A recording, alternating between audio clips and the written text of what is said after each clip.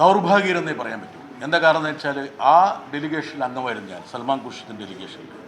അദ്ദേഹത്തെ വളരെ ആദരവോടുകൂടി കാണുന്ന ആളാണ്. രണ്ട് കാര്യങ്ങളില്ല. ഒന്ന്, അദ്ദേഹം ഈ 370 സംബന്ധിച്ച് നടത്തിയ പരാമർശം. രണ്ട്, ഭരണപക്ഷം പ്രതിപക്ഷത്തെ ഈ ഒരു ഡെലിഗേഷനിൽ പ്രതിനിധി സംഘത്തിൽ ഉൾപ്പെടുത്തിയത് വലിയ മഹാമനസ്കതയാണെന്നുള്ള അദ്ദേഹത്തിൻ്റെ പരാമർശം. ഈ രണ്ട് പരാമർശത്തെയും എനിക്ക് കിട്ടിയ അവസരത്തിൽ ഞാനത് ഖണ്ഡിച്ചിരുന്നു. അപ്പോൾ എന്തുകൊണ്ടാണ് കോൺഗ്രസ് നേതാക്കളുടെ ഭാഗത്തു നിന്ന് ഇതുപോലുള്ള ഇൻവെർട്ടർ കോമ വൈകല്യങ്ങൾ ഉണ്ടാകുന്നത് എനിക്ക് മനസ്സിലായില്ല. എന്നാ കാരണം വെച്ചാൽ ആ ഒരു ഡെലിഗേഷനിൽ അംഗമായി എനിക്ക് പ്രത്യേകിച്ച് അങ്ങനെ ഒരു പരാമർശം നടത്തണ്ട. ഇന്ത്യക്ക് വേണ്ടി വാദിക്കാൻ വേണ്ടി പ്രത്യേകിച്ച് ഏതെങ്കിലും രാഷ്ട്രീയ പാർട്ടിയുടെ നിലപാടിനോടൊപ്പം നിൽക്കേണ്ട കാര്യമില്ല. ഇന്ത്യ എന്ന് പറയുന്ന രാജ്യത്തിൻ്റെ കോസാണ് നമ്മൾ ഉയർത്തിപ്പിടിക്കേണ്ടത്, അല്ലാതെ ഒരു ഭരണകക്ഷിയുടേതല്ല. ഒരു പക്ഷേ കോൺഗ്രസ്സിന് അക്കാര്യത്തിലൊരു കെട്ടുറപ്പ് അല്ലെങ്കിൽ ഒരു ഏകോപനം നഷ്ടപ്പെട്ടു എന്ന് പറയാൻ ബുദ്ധിമുട്ടില്ല. അത് പറയേണ്ടി വരുന്ന ഒരു ദൗർഭാഗ്യകരമായ ഒരു കാര്യമാണ്. പക്ഷേ ചില ഘട്ടങ്ങളിലൊക്കെ ആ ഡെലിഗേഷൻ്റെ സംവാദങ്ങളിലോ വാദങ്ങളിലോ ആശയവിനിമയത്തിലോ ഞാൻ തിരുത്താൻ ശ്രമിച്ചിട്ടുണ്ട്. ആ തിരുത്തിയത് പലപ്പോഴും ഇന്ത്യയിലെ പത്രങ്ങളിൽ വാർത്തയായിട്ടും വന്നിട്ടുണ്ട്.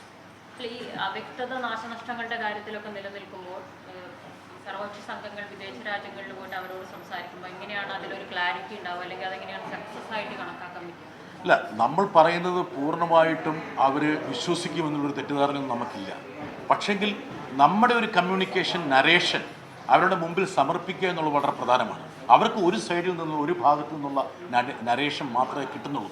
അപ്പോൾ ഇന്ത്യക്ക് ഇങ്ങനെ ഒരു അഭിപ്രായമുണ്ട്, ഇന്ത്യയെ പോലുള്ള വലിയ വിപുലമായ ഒരു ജനാധിപത്യ രാജ്യത്തിൻ്റെ നിലപാട് ഇക്കാര്യത്തിൽ ഇതാണ് എന്ന് നമുക്ക് പറയേണ്ടി വരുന്നത് സ്വാഭാവികമായിട്ട് നമുക്ക് കിട്ടുന്നൊരു അവസരമാണ്. അവർക്ക് പലപ്പോഴും പല കാര്യങ്ങൾ നമ്മൾ പറഞ്ഞപ്പോൾ അവർക്ക് അത്ഭുതമാണ് ഉണ്ടായത്. എന്താ കാരണം എന്ന് വെച്ചാൽ പാകിസ്ഥാൻ ഒരു ഘടന, ആ രാജ്യത്തിൻ്റെ ഒരു സംസ്കാരം തന്നെ ഇതിൽ നിന്ന് എത്ര വ്യത്യസ്തമാണ്. ഞങ്ങൾ സന്ദർശിച്ച പ്രധാനപ്പെട്ട രാജ്യങ്ങൾക്കൊക്കെ നമുക്ക് സമാനമായിട്ടുള്ളൊരു സാമൂഹ്യ സാഹചര്യമാണുള്ളത്. അതായത് വ്യത്യസ്ത മതങ്ങൾ, വ്യത്യസ്ത വംശങ്ങൾ, വ്യത്യസ്ത ഭാഷകൾ, അവരെയൊക്കെ അവർ വിളക്കി ചേർത്തുകൊണ്ടാണ് മുമ്പോട്ട് പോകുന്നത്. അതുകൊണ്ട് ഇന്ത്യയും സമാനമായിട്ടുള്ള ഒരു സാമൂഹ്യ സാഹചര്യമുള്ള രാജ്യമാണ്. ഇവിടെ ഒരു ജനാധിപത്യ രാജ്യമാണ്. ഇവിടെ ഒരുപാട് പ്രശ്നങ്ങളും വൈകല്യങ്ങളൊക്കെ ഉണ്ടെങ്കിൽ പോലും ആത്യന്തികമായിട്ട് നമ്മുടെ പ്രശ്നങ്ങൾ പരിഹരിക്കാൻ കഴിയുന്ന ഒരു സെക്യുലർ ഭരണഘടന നമുക്കുണ്ട്. പക്ഷേ പാകിസ്ഥാനിൽ അങ്ങനെ ഇല്ല. ഒരു പട്ടാളം ഭരിക്കുന്ന ഒരു രാജ്യത്ത് ജനങ്ങളോടുള്ള ഒരു വിധേയത്വം, ജനങ്ങളോടുള്ള ഉത്തരവാദിത്വം ഒരിക്കലും നിർവഹിക്കപ്പെടില്ല എന്നുള്ള ഒരു വാദം കണക്കിലെടുത്തു എന്നാണ് ഞങ്ങൾക്ക് മനസ്സിലായത്. ഞങ്ങളെ വിവരം അറിയിച്ചിട്ടില്ല. ഞങ്ങൾക്ക് നാളെ രാവിലെ വിദേശകാര്യമന്ത്രി ഞങ്ങളുടെ യോഗം വിളിച്ചിട്ടുണ്ട്. അത് ഒരു ഡീബ്രീഫിംഗ് പോലെയാണ്. എന്താ കാരണം വെച്ചാൽ ഞങ്ങൾക്ക് പറയാനുള്ള കാര്യങ്ങൾ അദ്ദേഹത്തെ ധരിപ്പിക്കാനും ഒരുപക്ഷെ മിഷൻ്റെ സക്സസ് എന്താണെന്ന് വിലയിരുത്താൻ വേണ്ടിയായിരിക്കും.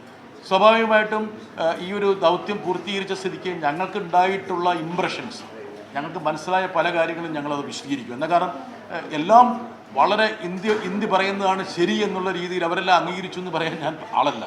അവർക്ക് ഒരുപാട് സന്ദേഹങ്ങളുണ്ട്, ആഗ്രഹങ്ങളുണ്ട്.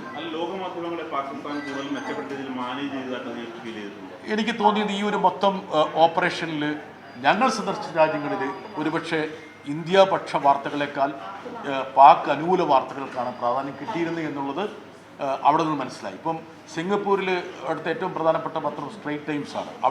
അവിടുത്തെ ഫോറിൻ എഡിറ്ററായിരുന്നൊരു മലയാളി തന്നെയുണ്ട്, നബി വല്ലൂരിന്ന്.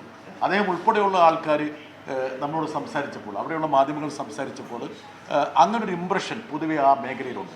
പിന്നെ ആ ഒരു പല രാജ്യങ്ങളുടെയും ഡെമോഗ്രഫി, അതായത് അവിടുത്തെ ജനങ്ങളുടെ ഒരു വിശ്വാസവുമായി ബന്ധപ്പെട്ട, ഉദാഹരണം പറഞ്ഞാൽ ഈ രാജ്യങ്ങളൊക്കെ ഈ ഓർഗനൈസേഷൻ ഓഫ് ഇസ്ലാമിക് കൺട്രീസിൽ അംഗങ്ങളാണ്.